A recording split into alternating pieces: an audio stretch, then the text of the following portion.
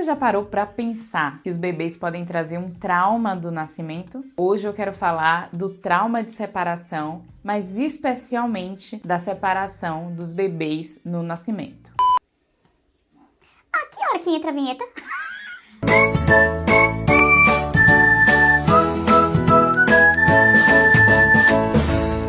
Toda separação é uma quebra de vínculo, mas hoje eu quero falar especialmente da separação desses bebês no nascimento. O conceito de que o bebê é uma folha em branco ainda é muito forte na nossa sociedade. E muitas vezes esse é um assunto, falar de trauma no nascimento dos bebês, do trauma que esses bebês carregam, é um assunto que pode parecer assim um tabu dentro dos cuidadores, dentro das pessoas inclusive que adotam ou escolhem adotar bebês por entenderem que eles não vêm com história. E por esse motivo, por essa crença, é que muitas vezes esse assunto ele fica de lado, o que pode impactar aí na história tanto dos adotados quanto dos pais que adotam. Mas é muito importante falar sobre isso. Um bebê, quando ele chega, a gente precisa considerar que ele teve aí no máximo 9 meses de vida intrauterina, onde ele conhecia as sensações, os batimentos cardíacos, os sons, o movimentar, e tudo isso fica na memória. É uma memória, não uma memória episódica, aquela memória em que você lembra dos fatos e que você diz como aconteceu, até porque o bebê ele não é feito de linguagem ainda, mas ele é feito de sensações.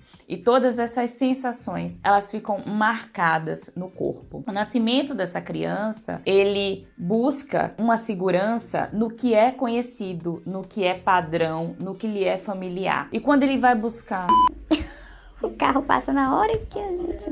Meu pai do céu. E quando ele vai buscar esse algo familiar e acontece essa separação, ele não encontra. É como se ele tivesse ali desamparado. Existe uma quebra daquele ambiente que é conhecido até então, que era conhecido até então, com as suas sensações corporais, com a sua audição. Ele quebra esse padrão e essa criança se vê insegura nesse ambiente. Ela entende que ali é um ambiente que ela não pode confiar. Então, o próprio nascer, ele já é por si só traumático. Um nascer seguido de separação, nas crianças de pouca idade, pode que não tenha uma maturidade para absorver e para elaborar o que está acontecendo ali, isso pode ter um impacto grande, que podem desencadear uma série de defesas ao longo da vida, o que não quer dizer que esse seja um trauma dominante, ou seja, aquele trauma que vai acompanhar ou que vai determinar a estrutura daquela pessoa por toda a sua vida, mas que é um evento de grande importância que não pode ser deixado de fora, por exemplo, num processo terapêutico. Eu não posso utilizar a adoção como um mero fato de que ontem eu fui ao supermercado, por exemplo. Eu preciso trazer isso como um fato importante da vida.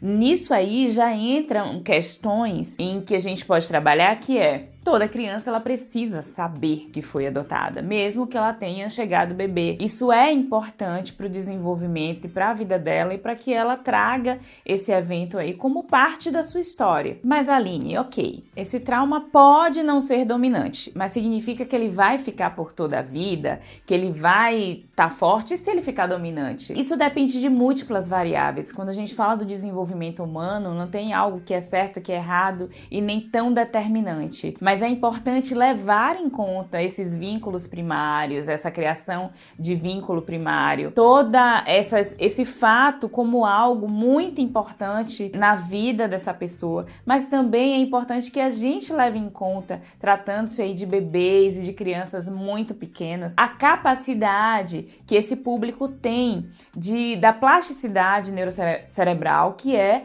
a capacidade de ressignificar algumas coisas diante de alguns cuidados. E eu falo sempre que é como se essa criança, a gente precisasse reprogramar o chip dela de nascimento, trazendo outras sensações, trazendo outros cheiros, outros sons, para que ela consiga se ambientar e entender que ali é um lugar que ela pode estar segura. Precisamos levar em conta também o potencial criativo e o poder que o nosso cérebro tem, que é, em qualquer circunstância, a primeira coisa que ele vai fazer é procurar a segurança. Então, quando nós provemos a essa criança esse ambiente, esse afeto, vai de encontro, né, ao encontro do que ela busca, nós poderemos fazer com que ela se sinta nesse ambiente mais segura. Mas nesse momento que você já ouviu esse vídeo até aqui, deve estar pensando, mas como é que eu reprogramo? Como é que eu dou novas sensações? Como é que eu dou novos cheiros? Eu adotei uma criança com alguns dias e como é que eu faço isso? Estimulando as sensações.